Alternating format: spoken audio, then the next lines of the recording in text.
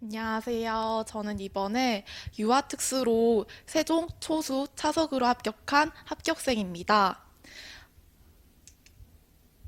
제가 발표할 목차로는 첫 번째로 제가 1차와 2차 점수를 어떻게 받았는지에 대해서 말씀을 드리고, 그거에 따라서 전반적인 공부 계획에 대해 소개해 드린 다음에 1차 공부 준비 방법과 2차 공부 준비 방법, 그리고 선생님들을 위한 동기부여를 하도록 하겠습니다. 먼저 저는 1차 점수를 77점으로 세종에서는 컷 플러스 3점을 받았어요. 저는 되게 낮다고 느꼈는데 주변에서 77점이면 높은 점수라고 그 사이에 사람들이 있을 거라고 말씀해 주셔서 그런 얘기를 듣고 네, 2차에 좀 더 열심히 준비한 결과 2차로 뒤집을 수 있게 되었습니다. 그래서 최종 등수로는 2등을 하였고요. 저는 솔직히 말하면은 2차를 초수에 준비하는 데는 많이 어렵다고 주변에서 많이 들었어요. 그래서 1차를 고득점을 목표로 준비를 하자라고 생각을 해서 1차를 되게 열심히 준비를 했었는데요.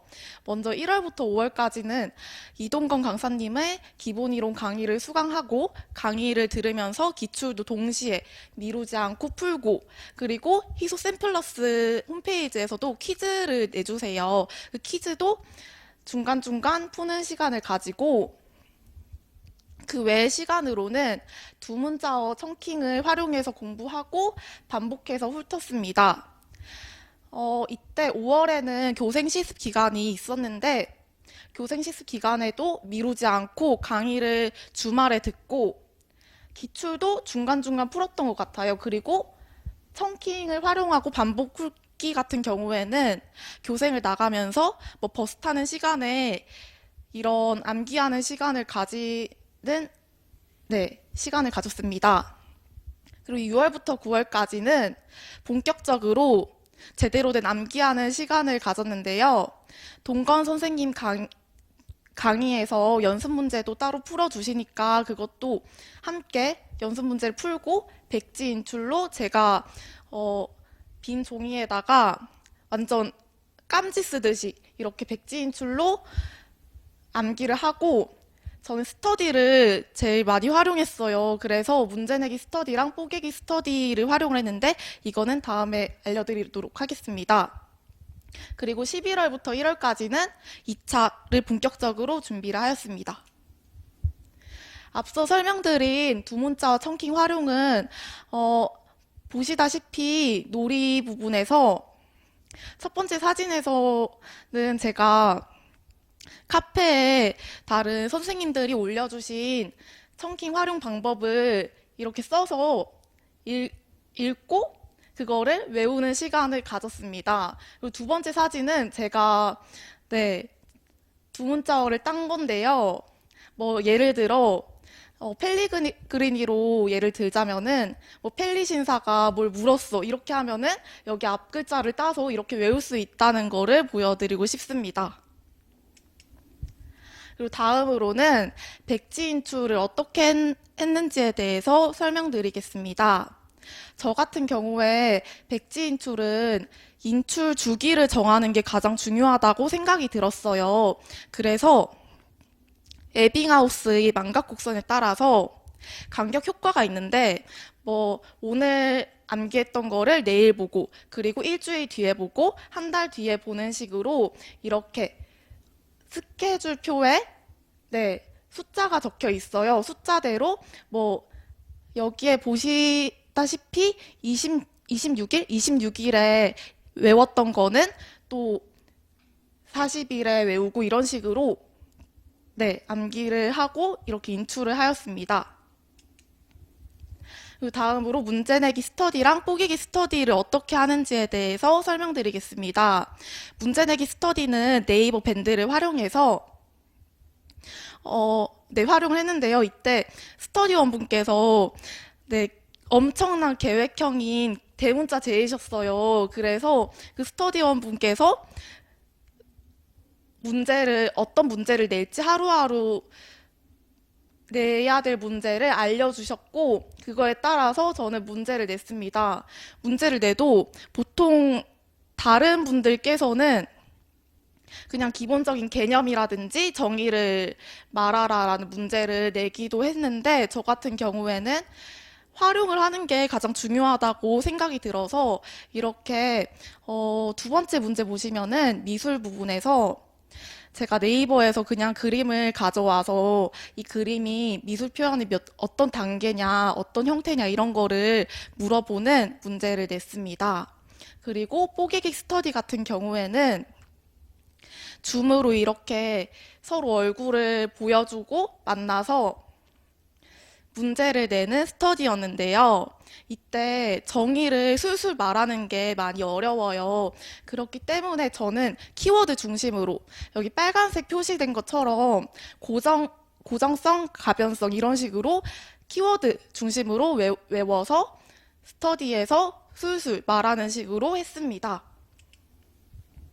다음으로 강의를 100%로 활용하기 위한 방법에 대해서는 먼저 이동건 강사님 같은 경우에는 중요도를 표시해 주시잖아요. 뭐 A급, B급, C급 이런 식으로 표시해 주는데 저는 이게 가장 중요하다고 생각이 들었어요. 왜냐하면 이번에 특수 문제에서 그린버그 문제가 나왔었는데 그 문제를 강사님께서 특수에서 나올 수 있다 하면서 A급이었나? 그렇게 좀 높게 나왔었어요. 그게 가장 중요하다고 느꼈고, 저도 그렇게 외워서 그 문제를 맞출 수 있었습니다. 그리고 강사님 같은 경우에는 사전을 활용해서 뭐 헷갈리는 용어를 이렇게 사전에서 가져와서 알려주세요. 저는 그게 가장 좋다고 느꼈는데, 왜냐하면 저는 수능을 준비할 때 모르는 단어가 있으면 사전을 무조건 활용했어요. 그래서 강사님의 그런 성격이, 아, 이게 맞다.